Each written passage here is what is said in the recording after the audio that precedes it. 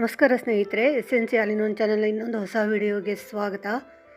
ಚಾನಲನ್ನು ಸಬ್ಸ್ಕ್ರೈಬ್ ಮಾಡ್ಕೊಳ್ಳಿ, ವಿಡಿಯೋವನ್ನು ಪೂರ್ತಿ ನೋಡಿ ಹಾಗೂ ಲೈಕ್ ಮಾಡಿ, ಶೇರ್ ಮಾಡಿ. ಹೊಸ ಬೆಳಕಿನ ಹಾದಿಯನ್ನು ಹುಡುಕುವುದು ನಮ್ಮದೇ ಕೆಲಸ. ಬೇರೆಯವರು ಯಾರಾದರೂ ಬಂದು ಸಹಾಯ ಮಾಡುತ್ತಾರೆ ಎಂಬ ಭ್ರಮೆಯಲ್ಲಿ ಬದುಕಬಾರದು. ಗುರಿ ಸಾಧನೆಯ ಹಾದಿ ಸರಳವಾಗಿರುವುದಿಲ್ಲ. ಬಂದ ಮತ್ತು ಬರಬಹುದಾದ ಎಡರು-ತೊಡರುಗಳನ್ನು ಗಮನಿಸಿಕೊಂಡು ಮುಂದೆ ಸಾಗುತ್ತಿರಬೇಕು. ಹೆಜ್ಜೆ ಹಾಕುವುದರಲ್ಲಿ ಹಿಂಜರಿತ ಇರಬಾರದು. ನಂಬಿಕೆಯಿಂದ ಇಡುವ ಪ್ರತಿ ಹೆಜ್ಜೆಯೂ ಬಲಿಷ್ಠ ಹಾಗೂ ದೃಢವಾಗಿರಬೇಕು. ಪ್ರಯತ್ನದ ಬೆನ್ನೇರಿದವರು ಎಂದೂ ಸೋಲುವುದಿಲ್ಲ.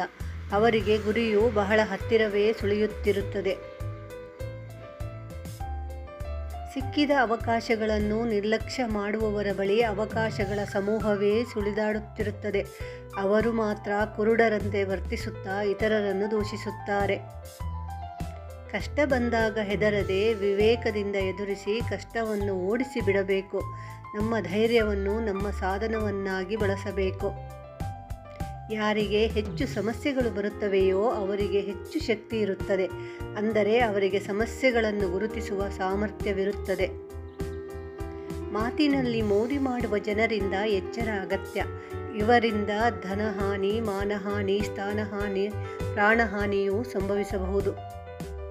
ನೀವು ಮಾಡುವ ಕೆಲಸದಲ್ಲಿ ಎಷ್ಟು ಬಾರಿ ಸೋತಿದ್ದೀರಿ ಎನ್ನುವುದಕ್ಕಿಂತ ಎಷ್ಟು ಬಾರಿ ಪ್ರಯತ್ನಿಸಿದ್ದೀರಿ ಮತ್ತು ಎಷ್ಟು ಶ್ರದ್ಧೆಯಿಂದ ಪ್ರಯತ್ನಿಸಿದ್ದೀರಿ ಎನ್ನುವುದು ಮಹತ್ವವನ್ನು ಪಡೆಯುತ್ತದೆ. ತೊಂದರೆಗಳು ನಿಮ್ಮ ಶಕ್ತಿ ಪರೀಕ್ಷಿಸಲು ಬರುವ ಅವಕಾಶಗಳು. ಸದಾಕಾಲ ಎಚ್ಚರವಾಗಿದ್ದು ಎದುರಿಸಿದರೆ ಅಪರಿಮಿತವಾದ ಅವಕಾಶಗಳು ತೆರೆದುಕೊಳ್ಳುತ್ತವೆ.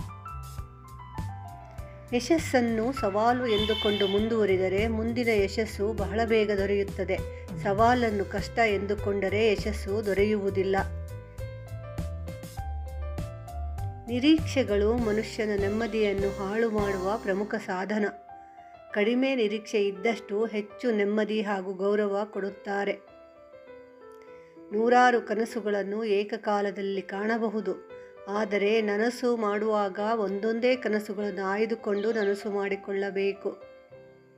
ಪ್ರಯತ್ನ ಹಾಗೂ ಗುರಿ ತೀರಾ ಹತ್ತಿರದ ಸಂಬಂಧಿಗಳು. ಹತ್ತಿರವಿದ್ದಾಗ ಶೀಘ್ರವಾಗಿ ಯಶಸ್ಸನ್ನು ಪಡೆಯುತ್ತವೆ. ದೂರವಿದ್ದಾಗ ಪರಸ್ಪರ ಶತ್ರುತ್ವವನ್ನು ತೋರುತ್ತವೆ. ಕಳೆದ ಸಮಯ ಬಾರದಿರಬಹುದು, ಆದರೆ ಕಳೆದ ಅವಕಾಶಗಳು ಖಂಡಿತವಾಗಿ ಮರಳಿ ಬರುತ್ತವೆ. ಆಗ ಮೊದಲು ಮಾಡಿದ ತಪ್ಪನ್ನು ಪುನಃ ಮಾಡಬಾರದು. ವಿಡಿಯೋವನ್ನು ಪೂರ್ತಿ ನೋಡಿದ್ದಕ್ಕಾಗಿ ಧನ್ಯವಾದಗಳು. ಚಾನಲನ್ನು ಸಬ್ಸ್ಕ್ರೈಬ್ ಮಾಡಿಕೊಳ್ಳಿ. ಇನ್ನೊಂದು ವಿಡಿಯೋದೊಂದಿಗೆ ಬರ್ತೇನೆ. ನಮಸ್ಕಾರ.